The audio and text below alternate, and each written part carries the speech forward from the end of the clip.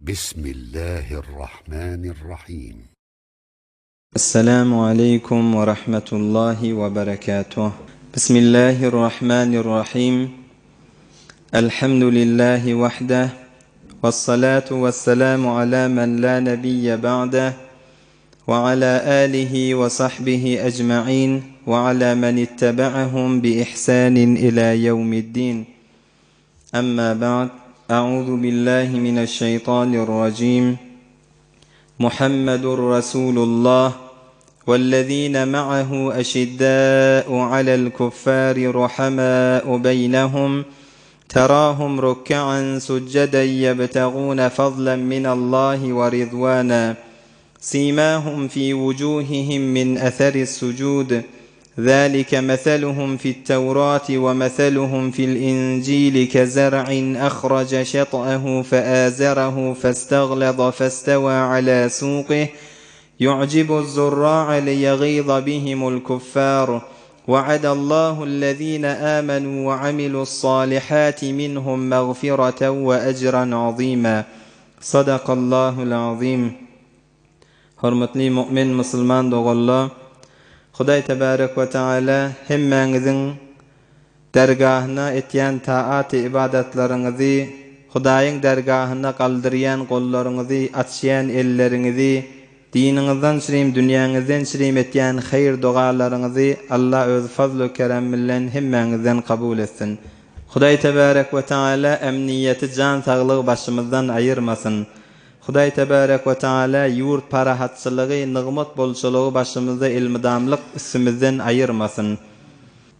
Hazreti Mevlana Celaleddin Rumi Kuddise Sirruh Mesnevi Şerifte Kıyamet gün Hudaý Taala bilen benden arasyndaky boljak ýagdaýy şeýer formunda daqydany öz mesnewisinde getirýär. Kıyamet gün mölünde Hudaý Taala bendelere aýtjak. Musulman dogullar, haq hemi goýatçy awurdy mera enderin muhlet ke dadam men tora.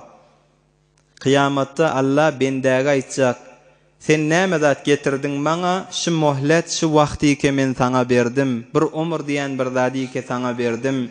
60 ýyl, 70 ýyl, 80 ýyl näme zat getirdiň diýip Hudaý Taala bendäge aýtjak. Haq hemi goýatçy awurdy mera enderin muhlet ke dadam men tora. Umri khudra derçe payan bordy, quwwet we guvvet derçe fani kerdi. Umryňy nämeň üstünde sen soňlatdyň? Umryňy nirlerde soňlatdyň? Umryň näzire geçirdiň? Saňa güýç berdim, saňa ýaşlyk berdim, saňa zor berdim, kuwat berdim, saňa rızkyň berdim. Sen dünýeden geçýänçäň iýmetiň berip durdum. Kuwatyňy, quwutyňy sen nämeň üstünde fani etdiň, nämeň üstünde geçirdiň diýip Hudaý Taala sorajak kıyamet gününde. Hazreti İskender Zulkarneyn dünýäň ýüzüne padişah bolan Ähli sünnetin aqidesinde bir näçeli peýgamber diýipdirler, bir näçeli de peýgamber bolmasala beter salih ýagyşy gawa adamlardan diýip aýtýarlar.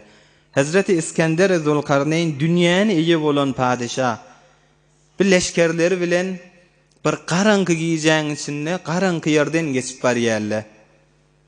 Ayaklarynyň etegine piyada barýan, piyada ayaklarynyň eteginde bir zat takyrdak ses etýär, at minip barýarlar, atyň eteginde bir zat ses etýär. Atyň näilleri demir degen wagtynda bir jarakka urakydan bir ot jaga çykýan ýaly garankyň içinde ýöne fagat sesini eşitip ayaklarynyň eteginde bir zatlar defeläp barýan wagtynda Hazreti İskender Zulkarneyn öz serwalaryny, döwlet adamlaryna aýaňyzyň etegindäkini alyň diýip emir etýär. Serwalaryň arasynda bir näçesi ay nagat yol yürüyüp gelýäs, biz nagat mesafetleri geçirip gelýäs, özümüz piyade gelýäs, atlamız bolsa ýadagyly, aýagymyzyň etegindäkini näme diýili biz? Bir ýadawlyk, o da ýük bolar başymyza diýakydany hiç tat almaýar. Ýene bir näçe bölegi sultan emretdi, başymyz emretdi, emre itaat etmek gerektir diýakydany bir näçeni alýarlar. Bir näçeni alýarlar, horzun noklaýarlar, jübsüne salýarlar. Bular bir näçdäni alypdyr. Emma 3-nji bölük Sultan emretti. Hazreti İskender Zulkarneyn alyň diýdi. Bir zat bilýänler alyň diýe. Horjullaryn doldurypdyrlar, jüwleri bolsa doldurypdyrlar. Şu jaýlap bolýan ýeri bolsa aýaklarynyň etegindäkiň jaýlaýarlar. Bular ýol ýürüýärler, daňa barýarlar. Hawa ýagtylanýa, ol geçen jaýlaryndan aýaklarynyň etegindäkilerden araly açylýa. İnni bir alan zatlaryny bir göreýil ýakadan çykarýa görýärler. Ol aýaklarynyň eteginde garanky giýjäň içinde degip duran zat İskender Zulkarneyn alyň aýaňyzyň etegindäki diýen zatlaryň hemmesi bir daş ýaly altyn gyzylmyşdyk hemmesi. Onşa taýda o ewünçäkili ay näme diýil özümiz ýadaw diýärler, ellerini gurmany durýarlar. Bizinki nämenkilik birçi däne alan bolsak bolmaýarmy, birki däne alan bolsak bolmaýarmy, ýöne şo duruşymyza geçip gaýtdyk. Kän almasak da birki däne almalymyşdyk diýip bula hasretde galýar.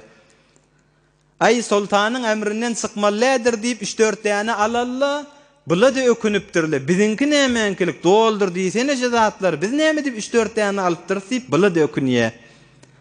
Emma o horjullaryny, jüwlerini doldurallar, bula da ökünüpdir. Wah bizde şu izafa zatlar näme etjek, zyňda göwer diýsene parça paralar, şulardan jaýlamalmışdyk diýakadan bula da ökünüpdir. Kıyamatyň misaly musulman dogalla. Garanky ýerden geçip barýarlar, aýaklarynyň eteginde näme bolsa alan ökünni, almadyk da ökünni, az alan ökünni, kän alan ökünni. Eýni kıyamatyň misaly. Kıyamet gün bolanna hemmemiz garanky dünýäň içinden ahirete garşyn barýar. Peýgamberler bize ak ýol, alyň sogaby, alyň ýagşylyklary, gazanyň şymaty ýakadan aýtdylar. Myň içine girip imany giren adamla birçi däne alan ýaly. Myň içine amele salih kän edelle kän alalla ýaly. Kıyamatda da hemmek ökünjek. İmany giren adam minne fakat imana dayantyryň, minne sogap ýüşürmänlerin diýip bu adam ökünjek. Emma gawluklar 5 wagtyna daýaw durýan adam, ey bu Hudaýyň bu lütfy merhameti biz näme diýip azatlyk etdir. Etmelimişdik şu ýagşylyklar, gawluklary, gaw ýerlerde görünmelimişdik diýip o da ökünjek. Emma hemişe gawluklarda gezýän adam o da ökünjek de, ey men näme şu başga barja wagtlamda şu ýagşylyklarda geçirmelimişdik diýip. Kıyamatda her bir adam ökünjek musulman dogalla. Emma gaw sogawy ýüşürip, amele salih edip, eýni ýanky İskender Zulkarneýniň serwallary ýal doldurallar, ola ökünmäni ýerleri ba, näme? Ola ýene gazanlylar, ola aljaklaryny allalar. Hudaý tebarek we taala hemmemizi ahiret saraýyna barýakak, sogaplar alyp kıyamatda ýagşylaň arasynda bolmak Allah hemmemize nesip etsin inşallah. Hazreti Mahtumun Nişan nagat awadan aýtýar: Az ömrüňi sürseň elwan eşretde. Az ömrüňi sürseň elwan eşretde. Ömrümüz az musulman ýaş oglan. Men ýaşlyk etjek diýäňde ýaşlygyň näçe ýyl bolýar? 20 ýyl boljak ýa boljakka ýaşlyk diýse sende o ýaşlyk hemişegi durmaýar, garrýan ulolýan sende. Az ömrüňi sürseň elwan eşretde, soň şirin jan galar uzyn hasretde.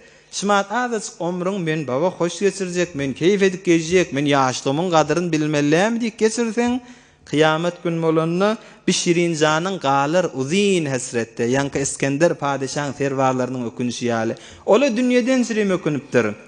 Ola ýene dünýä oň bir zady bolýar, emma kıyamatdaky ökünç hiç bir jaý gözini ýok. O taýda sen öküneniň haýry ýok. Ahmaklar bu ýerde galar gaflatdy, akyl bolan öz gamyny ýergider diýär Hazreti Mahtumun Nişan. Ahmak adam, akmak adam bu taýda gafratda galar. Akyl bolýan adam barjak ýeriniň gamyny iýmella. Namazlar jaýyna, dehretler jaýyna, halal, harama gaýym durşy jaýyna, amele salih ýagşy ýerlerde görünmekligi jaýyna şeýtirip barýan adam akylly adam diýipdir Hazreti Mahtumun Nişan. Ohm meni her kimiň özi akylly bolup gazanmaly forsaty şymat musulman dogalla. Bir ulamalaryň biri mescide barýan wagtym diye bir näçdäni ýaş oglanlar öýler bir namazda gaýym duran aklaýan men gören wagtlarynda ay bize de dogada bola ahun näde diýip maňadyr tapşyrýarlar bolmaly. Yoksa meni öldürdi etmeli işlerdi. Şu dogada olup ol bir gawzat. Her kim bir-birine tavsir vermeli. Emme öldürdi görünmeli, yaxşı yerlere, yaxşı amelleri etsek bolmaly. Ay dogada bola dip günni aytýatdylar. Bir gün aýtdym, bolýa da dogana sizden hiç wagtda gyskanyp ýörmerin. Ýöne men doga edip size kol galdyramda. Hudaýa şo bendele dip sizden çirim men doga edemde. Allah tarapdan ses gelasa özleri näme diye, özleri näme diýip görünmeýärli diýse men näme diýeýin dipdir. Doga etmesin men ederin size dipdir. Dogany hiç wagtda gyskanyp ýörmerin dipdir. Emma Allah tarapdan ses gelakadan özleri näme diye, özleri näme görünmeýär diýsele näme diýeýin dipdir. Akyl adam her kim öz gamyn ýitmeli. Hudaý tebarek we taala hemmemiz kıyamatda gönünýärlerden etsin musulman dogallar. Emme geçen hafta Hazreti Salman Farsi Kuddis radıyallahu anh'un imana girmek, musulman bolmaklygynyň gürrüňini aýtdyk. Bir ýöne jedid täze gelelli aramyzda bar bolsa, Hazreti Salman Farsi İbn Abbas kişik sahaba olokon Salman Farsi bilen oturşakadany sen bir Fars ýurtdan sen näzire imana girdin, sen näzire musulman boldun diýen wagtynda Hazreti Salman Farsi İbn Abbas ýanyna oturdakadany mene Fars ýurdynda Isfahandan jey diýen obadan tutdum. Dädemde bir ateşperest etdi. Şu ateşperestliňde odun söndürmän saklap durýarlyň bir etdi. Bir hulasa Salman Farsiň gurrüňi.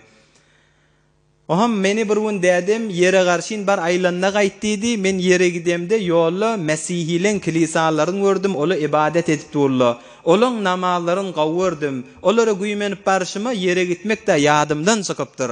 Sonra Mesihilerden soradym, sizin dininiz näme? Onda biz İsa peýgamberiň ýyzyna düşýäs. Ala nebina we aleyhissalatu vesselam. Onda sizin rişäňiz bir dinin asli nerede? O da Şamda diýerlerinde. Men öýe geldim. Dädeme aýtdym, men yere gitmedim. Men ol Mesihileň ibadetlerini gördüm. Ola bizinkiden gaw diýemde dädem men zynjyrlap goýdy. Sen öz dinin gawdyr diýip. Menne yok, olan diýiller gaw diýemde men zynjyrlap goýdy. Soňra bir dostum matdy. O dostuma aýtdym, Şamdan bir wagtda bir kerwen gelse, maňa habar ver, men şu Şama gitjek diýemde. Bir gün kerwen gelýär Isfahana. Şamdan şonda men dostum gelýär, her zat edip maňa kömekleşip zynjyry aýagymyzdan elimizden çödakadany Şam diýen ýurde bardyk. Soňra Mesihiyet dini olaň içinde men bir gawa adamlara sataşdym. Ola bilen Mesihiyet dine girip Mesihi bolup Salman Farsi şeýle gezýär. Soňra ol aýryljak wagtynda inni men kime tawsirýän diýende Ammuriye diýen ýere bar. Şo taada Mesihiyet din zeýifläp duran wagty bir gawa adamma ondan başga kişiň ýanyna baryp ýörmedip başga biriniň ýanyna Salman Farsi'ni berýär. Soňra Ammuriye diýen ýerdäki Mesihi alim o da bir ýaňşy gawa adam etdi. Dünýeden geçjek wagtynda inni sen men kime tawsirýän? Men bar ilimi öpber gaýtdym. Men ina tam öpber gaýtdym. Men hak dinni gaýtdym. Seninni men kime tawsirýän diýemde, o da inni sen tawsirarlyk ýaly adam galmady. Ýöne git Arap ýurduna şo taada biziň bilişimizde, biziň kitaplarymyzyň gelişine görä ahir zaman peýgamberi inni şimat döremel wagty diýakadan aýtdy. Men şo taada bir de dünýeden geçenden soňra Hazreti Salman Farsi bir näçdäni dawarjyk sygyrjyklary işläp üýşürdim. Araplardan gelen şo Şam'a gelipdiler, Ammuriye diýen ýurde. Şo Araplara gelen kerwene aýtdym, men şu dawarlary, mallary size bereýin. Men şo Arap ýurduny elseňiz bolýar diýemde, ola öwünçä bolýar diýdiler. Soňra ýolda barýakak, men dawarlamda allylar, sygyrlamda allylar. Men özümde bir Yahudik, şu biziň gulumyz berdämiz diýakadan ýolda maňa hyýanet edip, meni gul edip satdylar bir Yahudyň eline diýip, ştaaqçylym Hazreti Salman Farsiň gurrüňini ýetirip goýupdyk. Emma inni mundan beýlägi Hazreti Salman Farsi radıyallahu anh görün insanı ruh diyen zat ba musulman dogallar. Eyni cismimiz aç bolşy ýaly ruhumuz da aç bolýar. Yani biz açlyk eýem adam ihsas etdi, hatda cismimiz, meýdemiz boşan wagtynda suw seýän adam suwuň ýerinde ýörtýär. Aç gelýän adam bir gazaň ýerinde, naharyň ýerinde ýörtýär. Näme cismiň, meýden boşapdy, aňyrdan feşar berdi.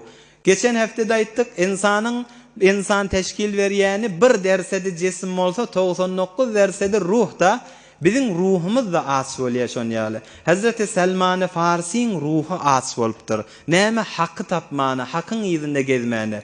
Bir hom şoň ýerinde gezjek bolup himme zatdan geçipdir. Yani görün Şam'a var, hatta berdegi çekip birinin eline kul bolup satylyp ýör ha. Onda da şoňa razy bolup gezip ýör. Näme ahir zaman peýgamberi geljek diýip. Emme ol adam yankı gawa adam ma dünýeden geçmäke git ahir zaman peýgamberine sataşjak bolsaň gören wagtynda men sana 3 tane alamet aýdyn, şu alametli bolsa şu çyn peýgamber şu diýe. Ol 3 alamet de sadaka diýip berseň iýmer o peýgamber. Emme hediye sowgat diýip berseň iýendir. 2 alamet. Üçüncüsü 2 gerşiniň arasynda bir mübarek muhri nübüwwet peýgamberliň bir alameti vardır. Şonu görseň şu 3 alamet tapylsa haqiqi ahir zaman peýgamber şu imana girdi, musulman bola diye. Inni Selman-ı Farsi radıyallahu anh men niye kul bolup düşdüm, özüm de Medine geldim. Ol yoldaşymyň maňa aýtýaly bir baglyk yer diýdi, bir baglyk yere geldim Araplar arasynda, 2 dağın arasynda. Şoň aýtşy bilen edilşi Medine'de Resulullah aleyhissalatu vesselam ahir zaman peýgamberi gelmel jaýşy diýip gulluguma razy boldum, bir Yahudyň eline men gulluk edip gezdim diye. Yahudyň eline Selman-ı Farsi radıyallahu anh gulluk edip gezmäne razy bolýar. Bir Yahudiler barada Yahudiler bir tarihte belli bir ýüregi nifakdan doli Hudaýyň we Hudaýyň peýgamberine ters bolup Allaň we Allaň peýgamberleriniň lanetine galan bir millet. Bir Yahudiler öz peýgamberlerini bilip durla inkar etýärler. Hatta peýgamberlerini öldürýärler. Alim adamları var bolsa da Yahud milleti var, beter biderek millet. Bugün agzyanymyz işte Selman-ı Farsi radıyallahu anh bir Yahudyň eline kul bolup düşýär. O hem şu wagtda Resulullah aleyhisselam Medine geldi diýip şu Yahudiýlaryň ýanyna duran wagtynda habary gelýär Resulullah aleyhissalatu vesselamyň gelelligine. Bir Yahudiýlarda tule tarihte beter bir bellenen Hazreti Musa da bu gadri eziyet berýärmişdikler. Lima tu'zunani wa qad ta'lamuna anni Rasulullah ilaykum. Beni İsrail'in peýgamberleri siz näme maňa eziyet berýäňiz? Men bilmeýäňiz men peýgamberdigim diýip şeýle aýtýarlar. Onda da bir kejal, munafık, inatdan, terslikden dolu bir betbaht millet. Hatta İbn Mes'ud radıyallahu anh aýtýar, Resulullah aleyhissalatu vesselam'ın sahabasy Yahudiýlaryň bidirekligi barada. Yahud milleti bir günün içinde yaktulunan nebiyyine bi gayril haq peýgamberleri öz peýgamberlerini rahatça öldürüp göberýärmişdikler. Allah'ın peýgamberi ha rahatça Yahudiler öldürüp göberýärler. Hazreti İbn Mes'ud radıyallahu anh aýtýar, şu Yahud milleti bir günün içinde erti bilen başlapdyrlar, bir günün içinde ikinlik çellim 43 tane peýgamber öldürtdirler. Bir günün içinde erti bilen başlap 43 tane peýgamber öldürüp bilen bihayalygyny wezen diye şu günün ikinnisinde 43 peýgamber öldürüp tamam edenlerinden soňra şu gün ikinin ýene bazarlaryny tükellerini açakadany hiç tat bolmadyk ýaljak bolup bazarlaryny şeýtip açyp durdular diye. Yahud milleti şeýle bir Hudaýyň gaharyna bir galan millet musulman dogalla. Hatta Resulullah aleyhissalatu vesselam aýtýar İmam Buhariň rawayatynda "Law amana bi 'asharatun minel yahud la amana bi el-yahud." Şu Yahudiler var. Yahudilerden bir 10 adam bana iman getiren bolsatdy diýipdir Resulullah aleyhissalam. Tamam Yahudilerin hemmesi imana girýärdi, emma şu 10 nefer sebep boldy tamam Yahudiler kıyamete çellim şol kafirliginde galmana. Bir 10 neferin gururu icazə bermäni, yüregindäki nifagy inady terslik icazə bermäni, şeýle bir Hudaýyň peýgamberine düşman bolup Hudaýyň gaharyna galan millet musulman dogalla. Bir 10 tane Yahudi eger iman getiren bolsa, kıyamete çellim Resulullah aleyhissalatu vesselam Yahudilerin hemmesi imana girjekdi diýär Resulullah aleyhissalam. Emme ştada bir nokta Yahudiler Şam tarapda. Bula Mekke Medine'de näme etýär? Bulan fikrin özden, niyetlerin özden musulman dogan. Yahudiler Peygamberimiz Aleyhissalatu vesselami eyni mes'ilen bilşiyali kitaplarında gelegili nazire sefatle bilen nirde şo peygamber döreceğin bilýärler. Bir Yahudilerin tertlerini özden alimler baha içinde. Şam taraptan adamları bername bilen Mekke Medine Arap yurtları ozollan yerleştirip koyupdurlar. Salman-ı Farsi'de Medine'de bir Yahudinin eline düşüpdi da. Yerleştirip koyupdurlar. Gidin şu Mekke Medine yerleşin. Şu peygamber şu tadan dörüye bilen niyetlerini özden barın şu Arapla bilen izdivac edin, qyyd alın, qyyd verin, şu peygamber sizden bolsun dip iberýärler da. Yani şuna çelliyim bername bilen şu ahir zaman peygamber bizlerden bolsun. Bizlerden bolsa iman getirer diyen kişiler onda da iman getirecek gäle ha. Ýöne garaz niyetleri, bidereklikleri şu kısmattan Yahudiler bir beter biderek millet. Hatta Cengi Cihani dowamda Hitler Yahudiler bilen düşman bolýar, Yahudiler gyrýa. Ahirde bir Yahudilerin hemmen üýşrakydanjyk bir az şymatda az bolup ýaşap ýörler. Şulary goýýa ta öde kafir bolsa da musulmanlara belli görünüp duran zererler var. Mesihile da kabul etmeýärler, kafirle da Yahud milleti biderek bilýär. Şu jagaz azak milleti Yahudi bir gapdaly üýşürip goýýar. Hemme kiş Hitler biderek diýmetin Yahudiler gyrdy. Tarih belleder bula näme diýip bir gyrlanlamazy. Bula näzir bir biderek milletdigini, bula näzir bir nejado kawmike beter bir biderekdigini tarih gazawet etsin ýakydany şol Hitlerde Yahudiler gyranna azasyklar goýýarlygy tarih adamlar şonu bilsin diýip.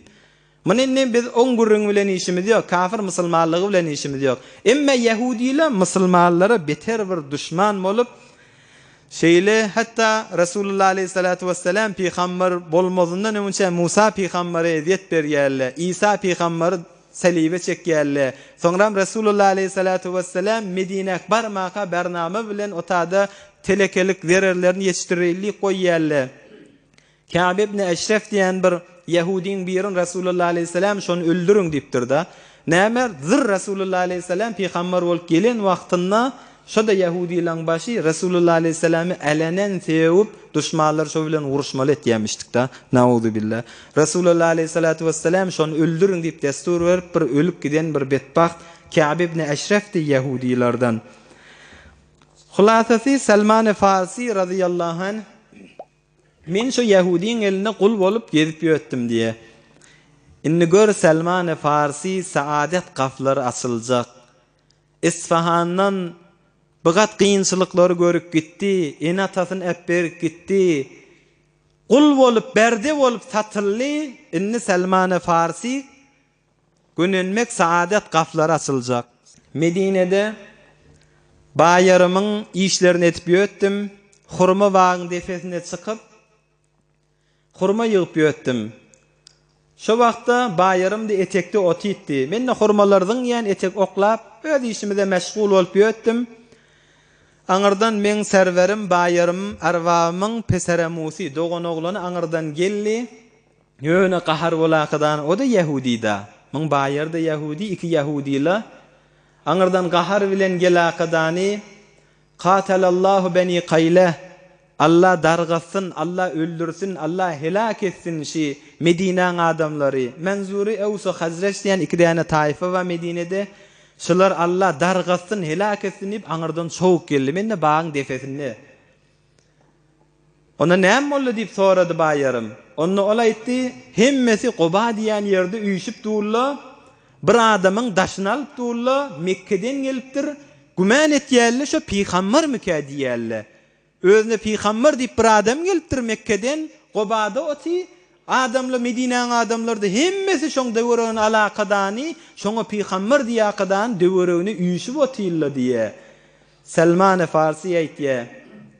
Şikefi eşden wagtymda bagyň defesini etdim diye. Hemin ke şikefi eşitdim. O Salman-ı Farsi özü şunu gözleşipdi, şu günü gözleşipdi. Resulullah Aleyhissalatu vesselam Medine'ye gelenligini gözleşipdi. Bagyň defesini eşden wagtymda innamym bir tebulers tutdy. bir sawuklama, bir kızdırlama, ikisi bahem gelli, defede duran yerimde hem üşüyen hem kızyan, titrep sandırap bağın defesinde duran yerimde nezire yavuşup duranım bilmedim. Hatta zanantu enni seeskutu ala seyyidi. Ay men biduruşum bilen bağın üstüne men zadacakke, bu bayarımın üstüne men kasır niyakadan şu güman ettim diye da. İnnamama bir savukluk gelli, Resulullah gelli Medine diyilen vaktında, bağın defesinde bir üşütme gelli. Özüm güman ettim, ay men durup bilmeyeni şotadan bayarımın defesinde kasır niyakadan şu güman ettim. Sondan zor dollap etekliğin düşüp kayttım. Etek düşakadan soradım, Mâze tekul? Mâze tekul? Näme diýdin? Kim geldi? Näme iştu adamla näme diýen diýip ýanyna bar soradım. Mende bir kul bolup gezip ýörensem, özüm näme etýänim bilmän bar sorapdyryn. Baýaryma behi wara agyr geldi diýe. Mäleke we lihada? Baýarym aýtdy, "Saňa näme bugürüňle bilen näme işiň ma diýakadan, maňa eli bilen bir dänen wurdy, git işiň bilen molla ýakadany, men ýene bagyň defesinde çykardy." Sen näme işiň ma bugürüňle bilen git işiň bilen molla ýakadany men defas çykart diye. Şo giýje bolly, inni Rasulullah aleyhissalatu vesselam baýarlymyň iş tamam bolsun diýip men giýjäni özleşip dünýä. Şo giýje bolan wagtynda bir azyk hurma üýşürdim, öz tabanyma wara bir taçajygyma dua kıdanjyk. Ol ýoldaşym Ammuriýede Mesihi alam aýdypdy, o peýgamberiň 3 alameti wady diýipdi. Barışımı Resulullah aleyhissalatu vesselami inni şol yankı aydan alametle tafiliyemi şonu görecek. Hurmacık alakadanı bardım, salam merakadanı Resulullah aleyhissalatu vesselami görüp duha. Imme yönü şu alametler bilecek bolup Hazreti Salman-ı Farsi aýtdym.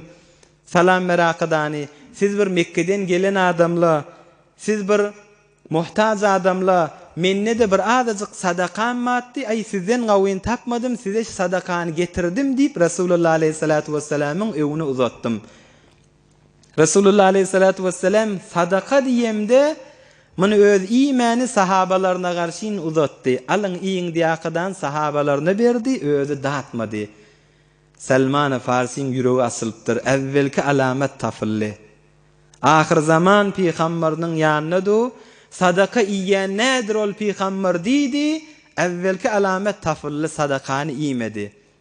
Begen ýa gitýä ikilenji gün gelýär, ýene agşamara taçyzygyna zat dua kadany. Men dün sadaka diýemde sen iýmedin diýipdir. Resulullah aleyhissalatu vesselamyň ýanyna gelip, "Buň saňa sowgat diýip getirdim, hediýe diýip getirdim, şunu alasaň" diýe. Resulullah aleyhissalatu vesselam inna alaqadan bismillah diýip iýipdir. Sahabalaryna da uzadyp iýiň şundan ýakadan olara diýdiripdir. Salman-ı Farsiň ýüregi öňküden nasylly iki däne alamet görünni, hediýe diýenne iýdi. Emme üçüncü alamet iki gerşiniň arasynda Resulullah aleyhissalatu vesselamyň mübarek gerşiniň arasynda muhry nubuvvet diýilýär. Bir kepteriň ýymyrkajagy ýaly Resulullah aleyhissalamyň mübarek arkasynda tümmürp duran bir zat bar. Ol öňkü kitaplarda, Tewrat, İncillerde Yahudyň Mesihiň ulemalary aýtýarmyşdyk, alameti şodur, arkasynda bir tümmürp duran muhry nubuvvet diýilýär, şo badyr diýerler. Men indi şu üçünciýini görjek. Bir günniýe sahabalaryň bir dünýeden geçdi. Resulullah aleyhissalatu vesselam ony jinazasyny ekidip jaýlamana barpdy. Men aňyrdan oturan wagtlarynda Resulullah aleyhissalatu vesselame salam berakadany gelişime iýizine geçdim diye. Iýizine geçip bir gezek bärräk aýlanýan, bir gezek aňyrak aýlanýan şu arkasyndaky tümmürp duran mübarek muhry nubuvveti görjek bolýan. Am Resulullah aleyhissalatu vesselam aňlady men näme etýänimi. Resulullah aleyhissalam öz bilakadan arkasyndan mübarek redasyny aýyrdy. Arkasyndaky tümmürp duran mübarek muhry nubuvveti maňa kökezdi. Şotada Hazreti Salman-ı Farsi Resulullah aleyhissalatu vesselame sataşşak bolup qiyinçylyga galan Salman-ı Farsi, enatasyn öpber gaýdan Salman-ı Farsi, näçe ýyllap kul bolup geden Salman-ı Farsi, Resulullah aleyhissalatu vesselam men göreýin diýip gören Salman-ı Farsi gözlerimden ýaşly gaýtmany durdy. Müňür ağlamany durdum. Resulullah aleyhissalatu vesselamyň arkasyndan ýabyşdym, oňşamany durdum. Peýgamber aleyhissalatu vesselamyň arkasyndan. Oňşadym, ağladım, ağladım. Şu vaqtda Rasulullah aleyhissalatu vesselam aytdı, "Tahawwal, aylan öwe geçdiydi." Men öwe geç akadarni Rasulullah aleyhissalatu vesselam men uzakladı, aylan akadarni öwletdirdim. Sonra ya Rasulullah, men şıqa qiyinçılıklara galdım, men ol Isfahandan etdim, men Fars yurtdan etdim. Men şeýle geldim, sonra şandy Mesihile bilen boldum. Ahir zaman Peygamber dörejekdir diýip men taňa şola ýollap göberdiler. Men kul bolup düşdüm. Ya Rasulullah, men şu güni şu qiyinçylyklar bilen geldim diýip Rasulullah aleyhissalatu vesselam'a şeýle aýtdym. Peygamber aleyhissalatu vesselam'a şunu aýdymda, görün başlamında aýtdyk, şu görün Salman Farsi Hazreti İbn Abbas aýdyp durdy-da, "Ey İbn Abbas, eyni tamaş aýtşym ýaly Rasulullah aleyhissalatu vesselam'a bir şey itirakadan aýtdym." Ama Peygamber aleyhissalatu vesselam şunu aýdan wagtymda anlaly. Rasulullah aleyhissalatu vesselam hoş boldy, begenli, ahir zaman Peygamberiniň alamatini qadim, qawy öňkü geçen dinlerde haqqani alimler men aýdypdyrlar diýip Rasulullah aleyhissalatu vesselam hem anlaly hem begenli. Sonra da menden istedi şu gurun sahabaları da aýt, sahabalar da eşitdiňdi. Men ey Ibn Abbas, eyni sana aýtşym ýaly Rasulullah aleyhissalama aýtdym. Rasulullah aleyhissalama aýdymdan sonra da şu gurun sahabalary şeýtip aýtdym. Şeýlelik bilen Peygamber aleyhissalatu vesselamyň ýanyna imany girip, musulman bolup, Salman Farsi saadet gaplary asylya ahir zaman Peygamberler gataşýan musulman boldy. Emme bıtaqda Salman Farsi radıyallahu anh kul bolup gezýärler. Salman Farsi inni kullukdan Rasulullah aleyhissalatu vesselam bir mucize bilen çıkarýar. Dugurluğun İmam Ahmed ibn Hanbal rahmetullahi aleyh öz musnedinde getirýär. Yani Salman Farsi Yahudiň eline kul wagtynda Salman Farsiň kulluğundan çıkarýan Rasulullah aleyhissalatu vesselam bir keng mucize bilen. Emma bir gurrun İmam Ahmed ibn Hanbal bar adam. İmam Ahmed ibn Hanbal aýtýar, "Ine oğullar terbiyet bermede evvelin muallim ve behterin muallim musulman dogalla. Ayal dogalla. Sesimizi eşitseňiz, ene nakşe eslin oğlan terbiyet bermeklikde hem evvelin muallim hem behterin muallim." Hazreti İmam Ahmed ibn Hanbal aýtýar, "Haffazatni ummiyal Qur'an ve umri 10 senevat." Meni enem Qur'any hevsettirdi. Görüň men enes nagat iş bitiripdir. İmam Ahmed ibn Hanbal İmamul Muhaddisin molya tamam hadis rivayet etýärleň başı diýilýär. Men ýaşym 10 ýaş medenneke enem maňa Qur'an ýatdypdyrdy. Yani kulli Qur'any başdan aýagyna 10 ýaşyň içindekem enem maňa ýatdypdyrdy. Enem maňa erti namaz wagtda egim maşlam geydirýärdi. Meni ukudan turdyýärdi. Maňa ýyljak suw teýýarlaýärdi. Erti namazdan öňçe şu işleri enem etýärdi. Ukudan turdyýar, gawja egim maşlam geydirýär. Maňa gyzgynjak suw teýýarlap goýýar. Ve ana ibnu 10 senevat. 10 ýaşyň oglandym men niye? 10 ýaşymdake enem şu işleri maňa etýär. Ve kanat tahtamiru. Om öz sargadyn geýýärdi enem erti namaz wagtda. Ve tatagatta bi hijabiha. Öz hijabyn ýaşmagyn geýýärdi, hijabyn gurup örtünýärdi. Ve tezhabu ma'iya ilal mescid. Erti namaz wagtda enem men ýyljak-suwum teýýarlaýardy, egim maşlam geydirýärdi, sellejigim geydirýärdi. 10 ýaşyň içindäki oglan kem enem meni erti namazy öz sargadyn dolanakadan geyip meni mescide getirýärdi. Şon mescid bizden aramyz daşytdy, ýolla garankypdy. Enem meni eljamdan tutakadan ogul jemaat bilen okuýdýakadan erti namazy enem meni getirýärdi diýe. 10 ýaşyň içindäki oglandym. 16 ýaşan wagtymda meni enem sefere ýollady. Meni musafiret göberdi.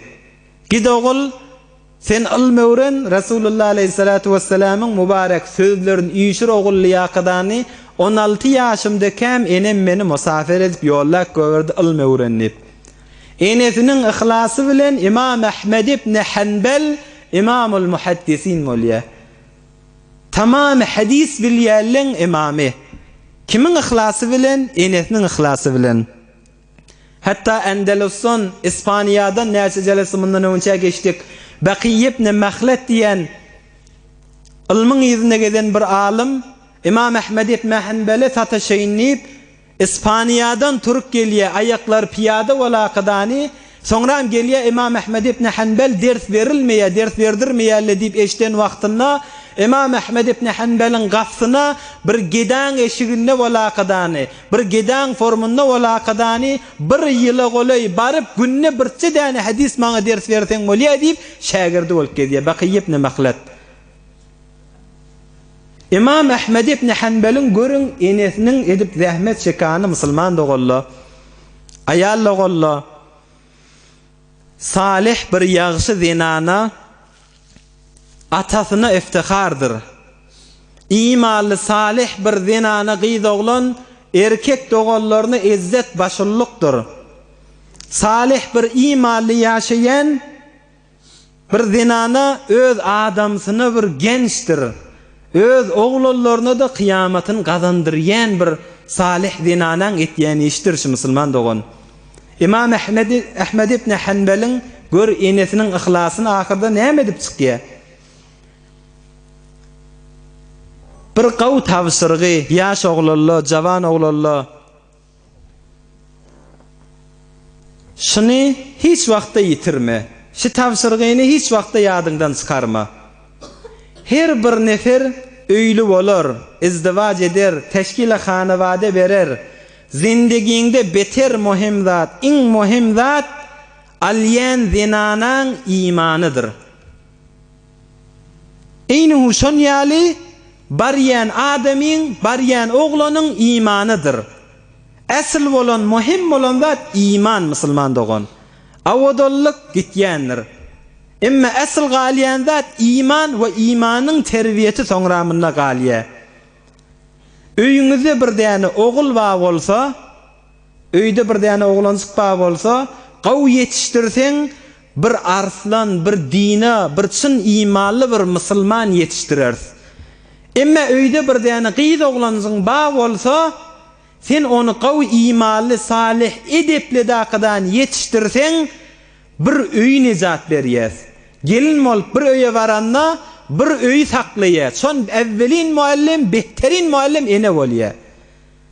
Bir oglan ýetişdirsek, bir oglan özüni saklaýar, gawy iş etýär.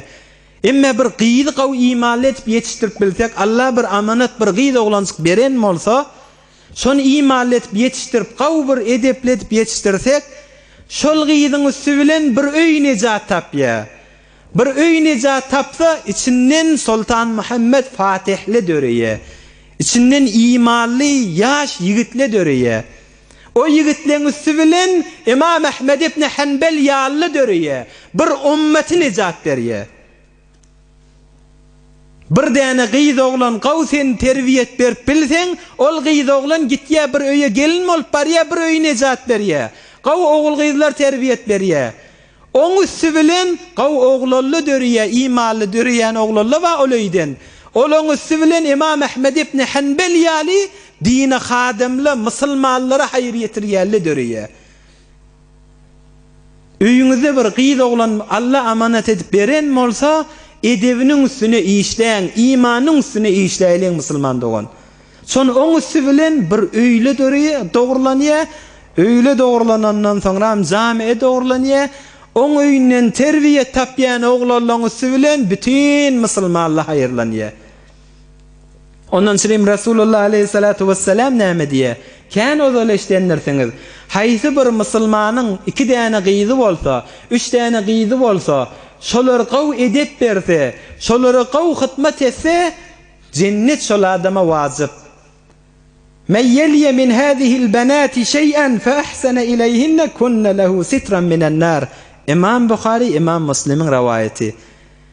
Haýsy bir adama şu gyzlardan, şu gijek gyzlardan Hudaý Taala velayetini size berip, yani sizin gyzyňyz bolup, siz şon gaýym bolsaňyz, şolary gaw edep bilen, iman bilen yetiştirseňiz, kıyamatda şola cehennem odu bilen sizin araňyzda perde bolarly, ot degirmer size. Näme diýip? Çon sen ýagşylygy ýaýratýan, gawgy terbiyet berseň, imanlygy terbiyet berseň, o gitýär bir öý dogurlaya. Olaň üstü bilen nagat ummat dogurlanyp gitýär. Sen üstüň bilen, sen edebiň bilen.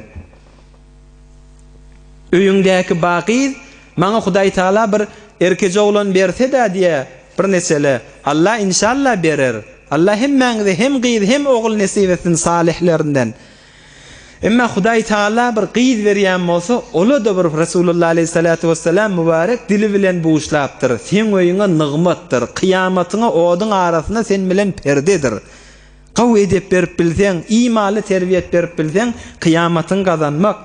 İmam Ahmed ibn Hanbal'ın bir şagirdi varmışdyk.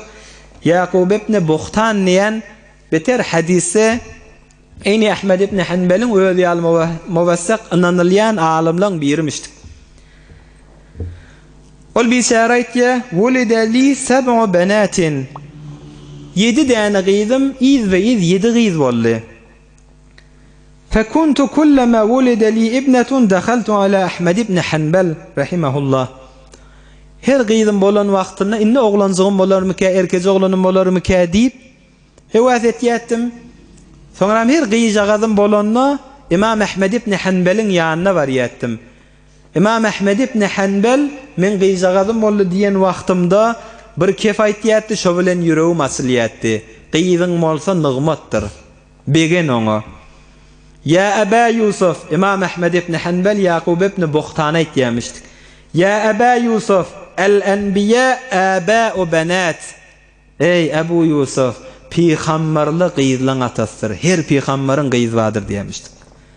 Oğam şo kef eşden wagtymda fekane yuzhibu qawluhu hammi.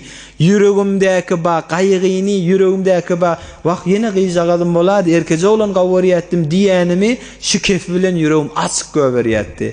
Gyzla peýgamberlerden gelýän irsir. Her peýgamber gyzly bolupdyr. Peýgamberlaň gyzy batdy diýätdi, meňde yüregim şo bilen açylýatdy. İmam Ahmed ibn Hanbal şol imamul muhaddisin enesiniň ihlasy bilen gitýä, gidogul 16 ýaşymdäki men musafir edip iýberýäsen Rasulullah aleyhissalatu vesselamyň mübarek sözlerini üýşür diýe. Gitýä Rasulullah aleyhissalatu vesselamyň mübarek sözlerini üýşürýä, Musnad-i İmam Ahmed diýip bir kitap düzýä. Şo kitabyň içinde Salman-ı Farsi radıyallahu anh şu mawzumyda degişli gurrun getirýär. Ahyrky jogurun inşallah şu bilen gurrun tamam eder. Hazreti Salman-ı Farsi ve kana lil yahudi yahudi lanqatti İmam Ahmed ibn Hanbal şu gurrun getirýär. Feşterahu Rasulullah sallallahu aleyhi ve sellem. Ol Yahudidan in Rasulullah aleyhissalatu vesselam Salman-ı Farsi musulman boldy. Peygamberimiz ol Yahudidan Salman-ı Farsi'ni men senden satın alacak diye. O da bolýa men Salman-ı Farsi'ni azad edeýin niye? Nämäge azad etmeli? Falança miktar maňa derhem berin. Oň üstüne de maňa 300 däne hurma bag ekip berin. Maňa hurma bag 300 däne ekip berin. Ýöne ekmek bilen men Salmany azad etmeýän niye? Şol hurmaly, miwalamaly, men mahsul almaly. Şo wagtda men Salman-ı Farsi'ni azad edeýin size tawsiryn niye? Rasulullah aleyhissalatu vesselam sahabalar aýtýar, mojize ştada boljak. Gidin doganyňyzy kömekleşin. Her sahabe gitýär, bir 10-dan, bir 20-den hurmaň şahajyklaryny gidijek getirýärli, gidijek nahillerini ekilmeli. Salman-ı Farsi'ye Rasulullah aleyhissalatu vesselam aýtdy, ey Salman, yoldaşlaryň bilen git, nirde diýse, şol Yahudiň aýdan ýerine barda 300 däne ekiljek hurmalaryň jaýlaryny gazdan goýun, ýöne faqat şo gazygyllarsyn, hiç kim hurmalar sançmasyn. Ödüm barar niýe Rasulullah aleyhissalatu vesselam. Gitýä, Salman-ı Farsi 300 däne hurmaň jaýlaryny gazýarly. Soňra Rasulullah aleyhissalatu vesselam'a gelipdirler. Ya Rasulullah amade teyyar hemmesi. Rasulullah aleyhissalatu vesselam barya mübarek elleri bilen şol hurma baglary Salman-ı Farsi'ni azad etmeden sirim şol Yahudiýe mübarek elleri bilen tanışýar hemmesini tanjyp bolýa, tamam boldymy? Şo ýylyň içinde şo bagla indi jografi kısmatdan indi hurma bagla muhitine göre ya yerinin tebine göre näçe ýyllan hurma berýän bolsa bir Rasulullah aleyhissalatu vesselam'ın mübarek elinin mucizesi ol hurma ekilen tanjylan hurmaların hemmesi şo ýyl mahsul bolup hemmesi hurma dup hemmesi amada bolup durýar. Bir ýylyň içinde şo ýylyň içinde Rasulullah aleyhissalam'ın mübarek eken baglary hemmesi mahsul berýär, hurma berýär. Oha minni bariyerli Rasulullah aleyhissalatu vesselam bu hurmalan da miwa berdi. Salman Farsi'nin biz senden alacak azat bolmaly diýilmäne hurma baglary aýlanýarly 300 hurma bagın 299 danesi olaqan hurma bagy bolup hemmesi miwa berdi. Birçe däne bag arasynda miwa bermän ösmän galýa. Hom şo taada Rasulullah aleyhissalatu vesselam aýtdy: "Ma şa'nu hadihi an-nakhla?" Bu bağın gurrun näme, bu hurma bağın gurrun näme? 299 danes miwalaptu, bu bir dane näme miwalamanno? Hazreti Ömer Faruk radıyallahu anh çıkıp, "Ya Resulallah, o bir danen men ekipdim" diye. O bir danen 299 danen sen mübarek elin bilen sanıştın. O bir danen men elim bilen goýupdym diye. Şo wagtda Rasulullah aleyhissalatu vesselam "Fanaza'aha Rasulullah sallallahu aleyhi ve sellem" mübarek eli bilen on gofarypdyr. Gaýtadan Rasulullah aleyhissalatu vesselam hurman jaýyna goýýa, "Fahamalat min 'amiha." O hurmada şo ýylla ola bilen deň mahsul berýär. Bir de Rasulullah aleyhissalatu vesselam'ın mucizesi bolýar. Şu gurrunu İmam Ahmed ibn Hanbal öz musnadine getirýär.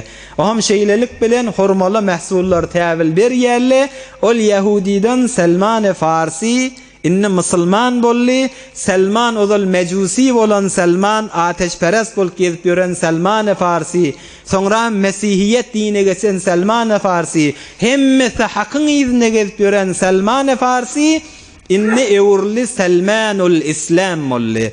İslamyň Salmany, Salmanul Hayr, hayrly bereketli Salman bolly. Salmanu minna ahlal beyt dipdir Rasulullah aleyhissalatu vesselam. Salman inni mecusa, Salman Farsa, Salman Şam'dan Mesihide, Salman muhacirlerden ne, Salman Medine'nin ensarlarından ne, Salman mene Muhammed Resulullah'ın içerisinden ahli beytten dipdir. Hazreti Salman Farsi şeýlelik bilen Rasulullah aleyhissalatu vesselam'a sataşyp imana girip hatta berdegi kullugundan Rasulullah aleyhissalatu vesselam'ın geň mucizesi bilen azat bolýar. Hudaý tebarek we taala aýdan eşderlerden kabul etsin. İnşallah Salman Farsi'nin geljek gurrungyny soňranky bolýan Rasulullah aleyhissalatu vesselam'a etýän hyzmatlaryny geljek heftelerde Allah köklediğinden hyzmatyňyza ýetişdirip Allah aýdan eşderlerden kabul edip hemmemize tawfik amel nesip etsin inşallah. Bir mowzun jembendi etsek, Salman Farsi'nin imana girmek gurruny içindäki alan derslemiz etdi. Yahudiler her zamanada musulmanlara düşman bolup Hudaýyň gaharyna galan bir betbaht millet, hatda şu zamanada da kän ýaşaglar biziň imanymyzyň üstüne işläp durýan aglap şu Yahudiler. Hudaý tebarek we taala olaň şerlerini biziň üstümizden def etsin inşallah. Hudaý tebarek we taala zalimlaryň hilelerini, mekirlerini biziň üstümizden def etsin. Olar mekr edip, hile edip Medine Rasulullah aleyhissalatu vesselam bizden bolsun diýip hile bilen barýarlar. Ola oyun oynasala da Allah oyun oynaýarlar inki zereni öktesi olardan Hudaý tebarek we taala hemişe biz musulmanlary üssem edip ta kıyamata selim olan fitnesine dosar etmesin. Ve inki asl bolan zatda zinana nakşe aslistir öýde çağany awadan suratda imanly terbiyet berse öyle islah bolýar, öyle islah bolsa içinden arslan ýal dine hyzmat etýän arasy oglanlar arasy gyzlar çykýar. Olaň bilen bir ummet we bir islamy hyzmat etmeklik nesip etýändir. Hudaý tebarek we taala ewlady bolmaýanlary salih ewlat nesip etsin inşallah. Hudaý tebarek we taala ogul gyzlaňyz ba yaşlarını uzak edip hemmesini salih illerden etsin inşallah. Hudaý tebarek we taala ogullarynızı İmam Ahmed ibn Hanbal'ın bereketini versin. Hudaý tebarek we taala gyzlaňyz ba bolsa şo gyzlaňyz kıyamatda cehennem bilen araňyzda perde bolmany, hijab bolmana Hudaý tebarek we taala hemmeňize nesip etsin. Allah imandan aýyrmany görjegimiz gowluk bolsun inşallah. Ötellen ruhsat bolar ýaly bir alham qul huvallahu ahad oky berin. برای مشاهده ویدیوهای بیشتر به کانال یوتیوب سخنرانی های علمای ترکمن سر بزنید، مشترک بشید و منتشر کنید، اجر ببرید.